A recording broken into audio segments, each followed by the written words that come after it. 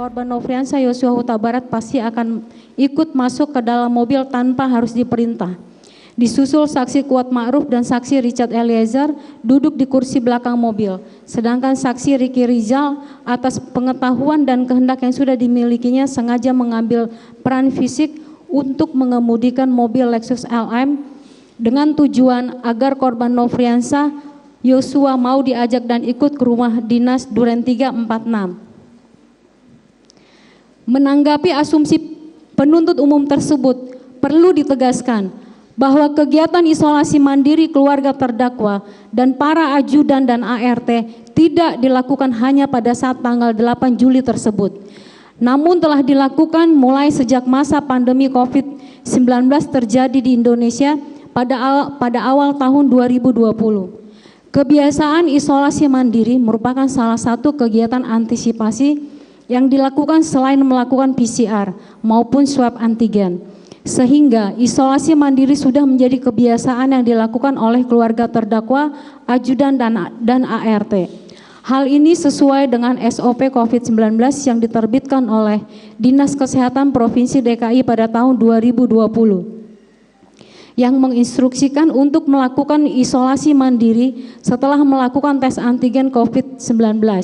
SOP inilah yang menjadi pedoman bagi terdakwa Putri Chandrawati dan terdakwa Ferdi Sambo dalam menerapkan protokol kesehatan di wilayah Rumah Saguling, Duren 3 dan Bangka. Kebiasaan isolasi mandiri tersebut dapat dibuktikan dari kesaksian para saksi yang saling bersesuaian, yaitu keterangan saksi Diryanto alias Kodir, saksi Ajan Romer, dan saksi Daden Miftahul Haq di bawah sumpah di muka persidangan pada tanggal 8 November 2022. Saksi Ricky Rizal dan saksi Richard Eliezer di bawah sumpah di muka persidangan pada tanggal 13 Desember 2022 yang pada pokoknya menyatakan bahwa baik terdakwa, keluarga terdakwa, ajudan maupun ART yang dari luar kota wajib melakukan PCR atau antigen dan melakukan isolasi mandiri.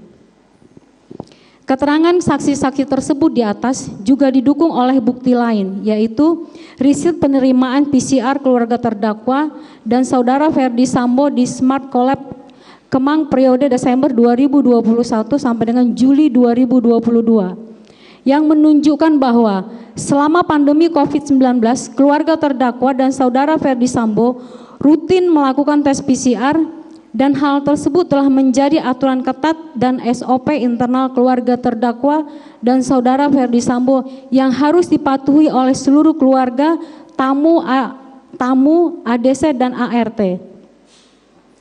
Lebih lanjut dijelaskan bahwa dalam rekaman CCTV Saguling terlihat dengan jelas terdakwa turun dan langsung dihampiri oleh saksi Daden Miftahul Haq.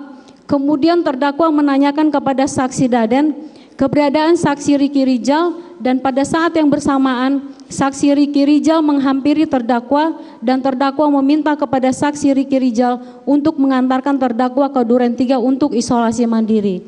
Selanjutnya terdakwa langsung masuk ke dalam mobil.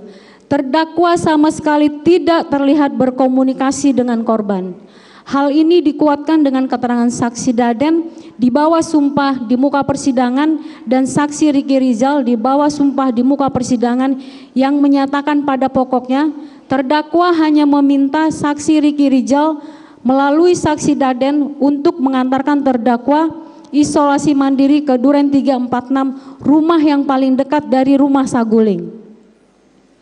Keterangan tersebut berkesesuaian dengan keterangan terdakwa yang disampaikan di muka persidangan pada tanggal 11 Januari 2023 yang pada pokoknya menyampaikan bahwa terdakwa tidak meminta siapapun untuk ikut ke Duren 3. Terdakwa hanya meminta saksi Ricky Rizal melalui saksi Daden untuk mengantarkan terdakwa isolasi mandiri di Duren 346. Kalaupun korban maupun saksi Richard Eliezer ikut isolasi mandiri di Duren 346 itu merupakan inisiatif dan merupakan kebiasaan yang biasa dilakukan ajudan dan ART.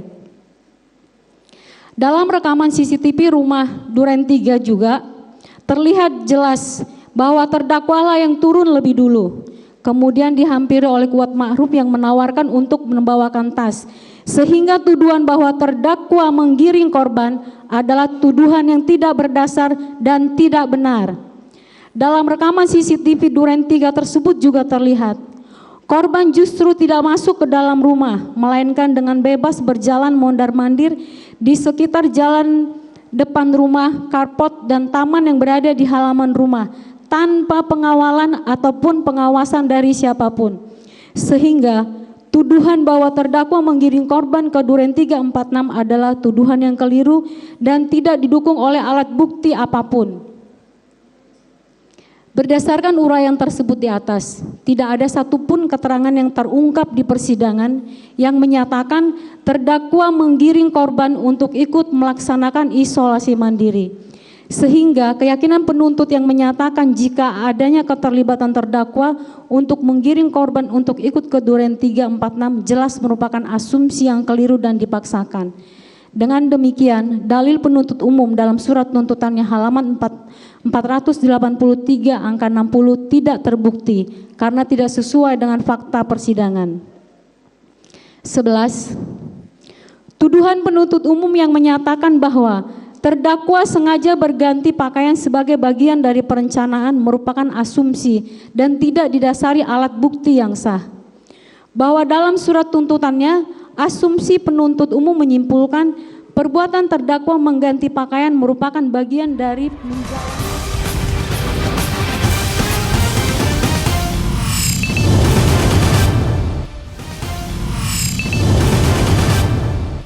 mengetahui peristiwa penembakan di Duren 346 karena terdakwa berada di dalam kamar utama dengan jarak kurang lebih 3 meter dari posisi korban.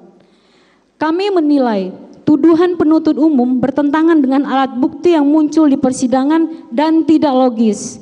Penuntut umum telah mengesampingkan keterangan saksi Kuat Ma'ruf yang berkesesuaian dengan keterangan terdakwa yang pada pokoknya menyatakan sesampainya di kediaman Duren 346, saksi Kuat Ma'ruf mengantar terdakwa sampai ke depan pintu kamar dan kemudian ditutup oleh terdakwa. Terdakwa dalam persidangan pada tanggal 11 Januari 2023 juga menjelaskan alasan kamar terdakwa di kediaman Duren 346 tertutup karena setelah masuk ke dalam kamar terdakwa berganti pakaian. Bahwa terdakwa juga menyampaikan setelah berganti pakaian terdakwa beristirahat di kasur yang letaknya berada di dekat dinding sehingga jika seandainya pun pintu kamar terbuka, terdakwa tidak bisa melihat ke arah tangga. Keterangan terdakwa tersebut berkesesuaian dengan keterangan saksi Rifaizal Samuel di persidangan tanggal 29 November 2022 yang menyatakan bahwa tempat tidur yang saksi Rifaizal Samuel lihat seperti habis dituduh di posisinya berada di sebelah kiri pintu kamar.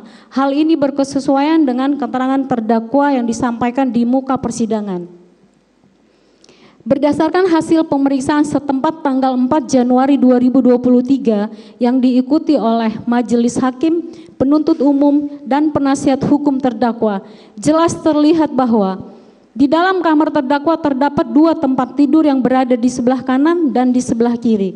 Hal ini berkesesuaian dengan keterangan saksi Rifaizal Samuel dan keterangan terdakwa yang menyatakan pada saat terminal beristirahat di tempat tidur sebelah kiri.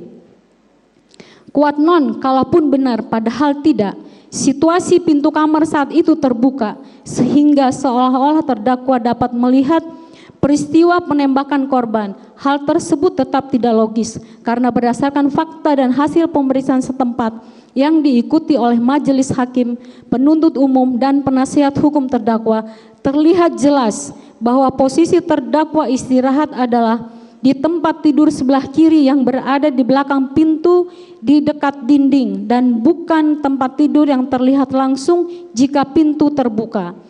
Sehingga kalaupun pintu terbuka padahal tidak, tetap saja terdakwa tidak mungkin bisa melihat ke arah tangga tempat korban terjatuh setelah ditembak. Dengan demikian, penuntut umum dalam surat tuntutannya tidak terbukti karena tidak sesuai dengan fakta persidangan.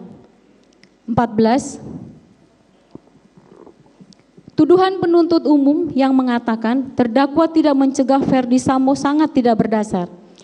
Bahwa dalam Tuntutannya penuntut umum menyatakan terdakwa tidak ada upaya mencegah agar penembakan yang menyebabkan korban meninggal dunia sebagaimana yang diuraikan dalam surat tuntutannya sebagai berikut. Dianggap dibacakan. Penuntut umum mendalilkan bahwa tindakan terdakwa tidak menasehati dan mencegah saudara Ferdi Sambo untuk tidak melakukan tindak pidana tidak berdasar. Karena terdakwa sejak awal sama sekali tidak mengetahui dan tidak menduga tindakan apa yang akan dilakukan oleh saudara Ferdi Sambo. Penuntut umum mencoba menarik kesimpulan yang tidak berkesesuaian dan hanya mendasarkan pada keterangan saksi Richard Eliezer untuk memaksakan terdakwa ikut serta dalam perencanaan pembunuhan sebagaimana tuduhan penuntut umum tersebut. Berdasarkan fakta di persidangan, terdakwa sendiri tidak mengetahui peristiwa penembakan yang dilakukan oleh saksi Richard Eliezer terhadap korban di Duren 346. Bahwa betul pada saat di Duren 346 terdakwa mendengar suara letusan berkali-kali. Namun terdakwa tidak mengetahui suara letusan tersebut adalah suara tembakan yang dilakukan oleh saksi Richard Eliezer terhadap korban. Terdakwa spontan menutup telinga karena kaget, takut dan juga bingung serta bertanya-tanya dalam hati, ada kejadian apa lagi ini?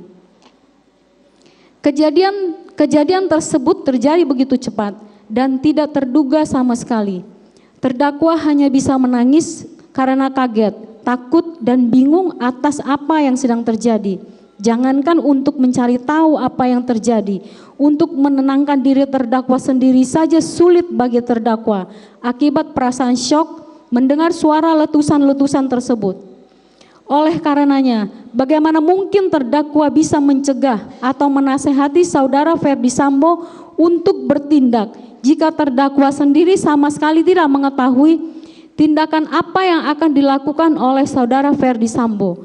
Dengan demikian, dalil penuntut umum dalam surat tuntutannya harus dinyatakan tidak terbukti karena tidak sesuai dengan fakta persidangan. 15. Tuduhan penuntut umum mengenai terdakwa mengetahui pemberian handphone dan sejumlah uang bertentangan dengan fakta sidang yang sebenarnya dan tidak berdasar. Bahwa dalam tuntutannya, penuntut umum menyatakan terdakwa ikut bertemu dengan saksi Richard Eliezer, saksi Riki Rijal, dan saksi Kuat Mahruf untuk memberikan handphone dan menjanjikan uang sebagaimana yang diuraikan dalam surat tuntutannya. Dianggap dibacakan. Bahwa berdasarkan uraian surat tuntutan tersebut di atas, penuntut umum menyatakan terdakwa mengetahui pemberian handphone dan sejumlah uang oleh saksi Ferdi Sambo kepada saksi Riki Rijal, saksi Richard Eliezer, dan saksi Kuat Ma'ruf merupakan asumsi yang prematur karena hanya bersandar pada keterangan saksi Richard Eliezer saja. Tuduhan tersebut juga tidak berdasar dan tidak berkesesuaian dengan keterangan saudara Ferdi Sambo, saudara Kuat Ma'ruf, dan saksi Riki Rijal. Saksi Kuat Ma'ruf dan saksi Riki Rijal pada pokoknya menyatakan bahwa terdakwa tidak berada dalam ruang kerja lantai 2 di rumah Saguling pada saat saksi Kuat Ma'ruf, saksi Riki Rijal, dan saksi Richard Eliezer bertemu dengan saudara Ferdi Sambo pada tanggal 10 Juli 2022. Dengan demikian, dalil penuntut umum dalam surat tuntutannya halaman 502 sampai dengan 503 angka 82 dinyatakan tidak terbukti karena tidak sesuai dengan fakta persidangan.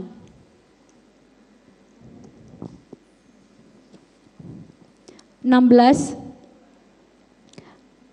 Analisa internal waktu CCTV berkesesuaian dengan alat bukti sah lainnya. Guna mengupayakan proses pencarian kebenaran material dan membuat terang pembuktian perkara akuo, maka kami akan menjabarkan secara spesifik terkait interval waktu dari CCTV yang telah diputarkan di muka persidangan pada tanggal 20 Desember 2022 dengan uraian sebagai berikut dianggap dibacakan. 17. Keterangan saksi Richard Eliezer tidak konsisten pada berbagai tingkat pemeriksaan sehingga tidak kredibel dan tidak layak dipercaya.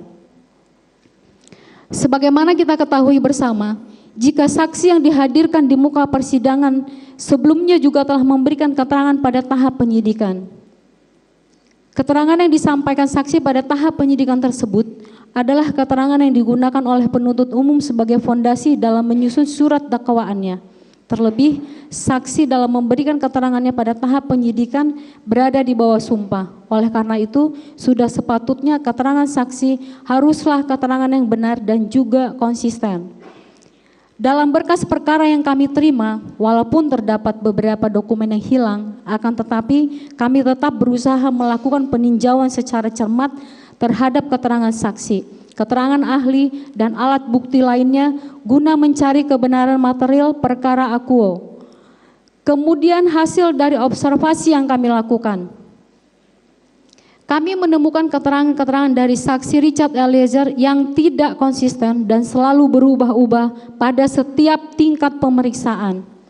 Terdapat beberapa keterangan saksi Richard Eliezer yang tidak konsisten dalam beberapa BAP-nya, yaitu BAP tertanggal 5 Agustus 2022, BAP tertanggal 15 Agustus 2022, BAP konfrontasi tertanggal 18 Agustus 2022, dan BAP tambahan tertanggal 7 September 2022, serta keterangan yang disampaikan di muka persidangan tanggal 13 Desember 2022. Keterangan-keterangan yang tidak konsisten tersebut kami klasifikasikan menjadi beberapa peristiwa, antara lain: A. Terdakwa memerintahkan saksi Richard Eliezer untuk memindahkan lokasi PCR. B. Terdakwa memerintahkan saksi Eliezer untuk membawa senjata Ster-Aug. C. Terdakwa mendampingi saksi Ferdi Sambo pada saat bertemu dengan saksi Richard Eliezer. Bahwa peristiwa-peristiwa di atas telah kami jelaskan sebelumnya dalam uraian analisis fakta sidang atas asumsi penuntut umum dalam surat tuntutannya, yang pada pokoknya keterangan yang disampaikan saksi Richard Eliezer telah menyesatkan dan tidak membuat terang perkara akuo, malah justru sebaliknya. Dengan demikian, sudah semestinya penuntut umum sudah